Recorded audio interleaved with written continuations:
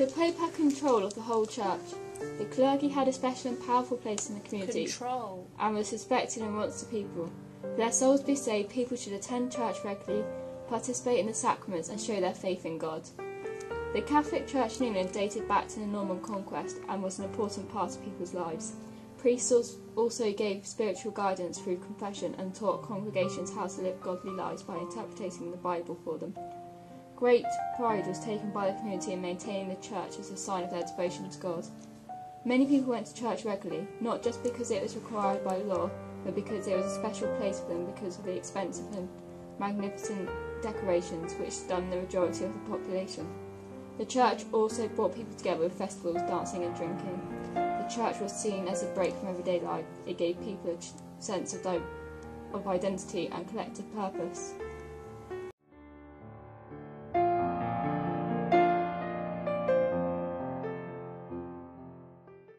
Many people complained about some parish priests, the encouragement of superstition in order to make money, the greed of the church courts, moral laxity, and the priests who neglected their duties. The main critics were humanist scholars who thought it was possible to improve human knowledge through education and were stirred by the poor quality of the clergy and wanted to improve education. They disagreed with superstitious practices and the money spent on building the church rather than on education and charity. Lollard critics, based on the teachings of John Wycliffe, who attacked the church for its vast wealth, greed and superstitious practices. He denied that priests could turn bread and wine into mass, and the movement became known as peasant rebellion against the masters. Protestant critics, ideas based on teachings from the German monk Martin Luther.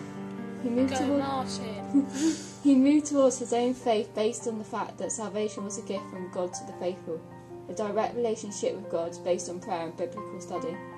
As a result, the church was in a state of spiritual decay, unable of finding the discipline to reform itself. These critical movements helped to fragment the church. However, these groups were in the minority, so it is unlikely that England would have experienced a Protestant Reformation if not for the King's Great Matter.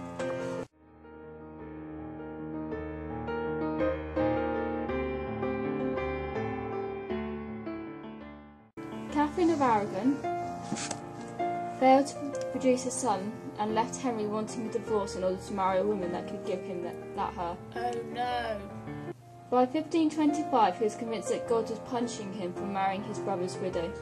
He could not leave Mary as queen after he had died because the Yorkist faction was still in existence and he feared that nobles would not stay loyal. In 1522 he met Anne Boleyn, a stylish, intelligent and lively niece of the Duke of Norfolk who was mature enough to flirt with him without becoming another of his mistresses. Henry was infatuated with her.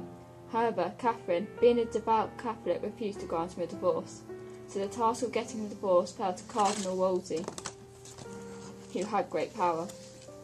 He, though, originally thought that getting a divorce would be easy, but political developments in Europe created a huge obstacle. The church was already very vulnerable because of the critical attacks from humanists, Lollards and Protestants, and these critics gave Henry the support he needed to force the church for his demands, and in doing so he could become very powerful by reforming the church. However, because of the disagreement with the Pope, Henry began to think otherwise.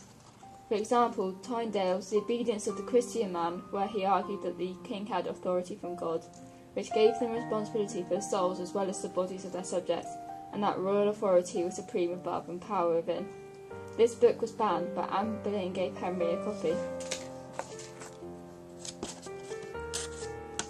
Here's a nice book. Thomas Cromwell, though travelling through Europe, became familiar with these ideas. Henry intended to get a divorce from Catherine and put pressure on the English clergy not to oppose him and try to force the Pope to submit.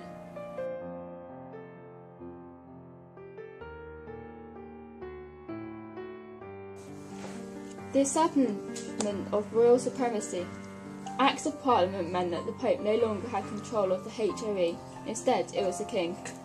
These changes were enforced by the 1534 Act of Supremacy, which acknowledged the King as the head of church.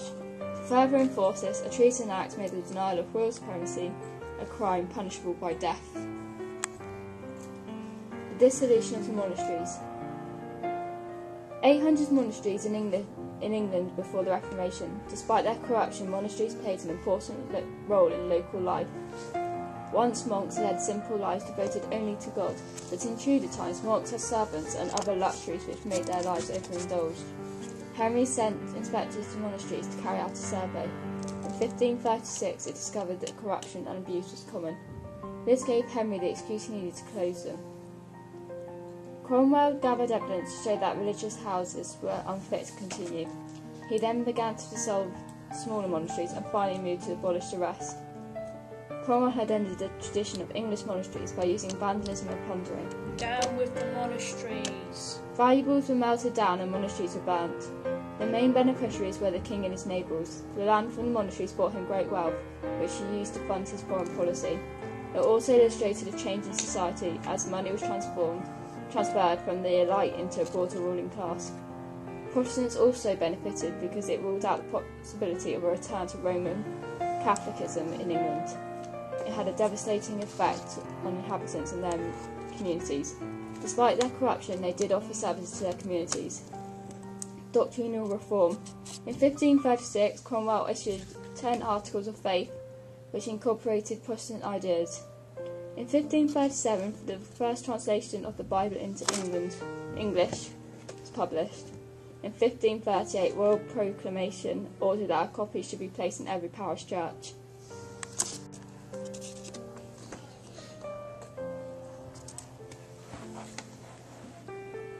Resistance at court. Sir Thomas More, opponent of royal divorce and changes in 1534, replaced Wolsey in 1529, but fell from favour as he didn't support Henry's marriage to Anne Boleyn.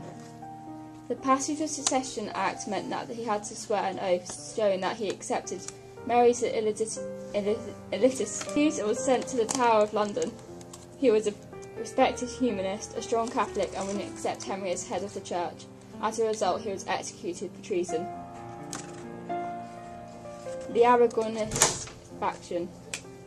Many people were sympathetic to Catherine of Aragon in the matter of the divorce. Within the court and nobility there was a personal following of Catherine of Aragon, who was popular with the people. Woo! Resistance within the clergy. Elizabeth Barton, the nun of Kent, apparently had a vision of the Virgin Mary and was sent to a local nunnery under the protection of Dr. Edward Booking. Stop! Stay the execution! What are we pardoned, sire? Yes, I have urgent need of your services. Well, of course, I should be only too happy to serve your majesty. Me too, sire. You've only to command. I want an immediate divorce. Yes? What?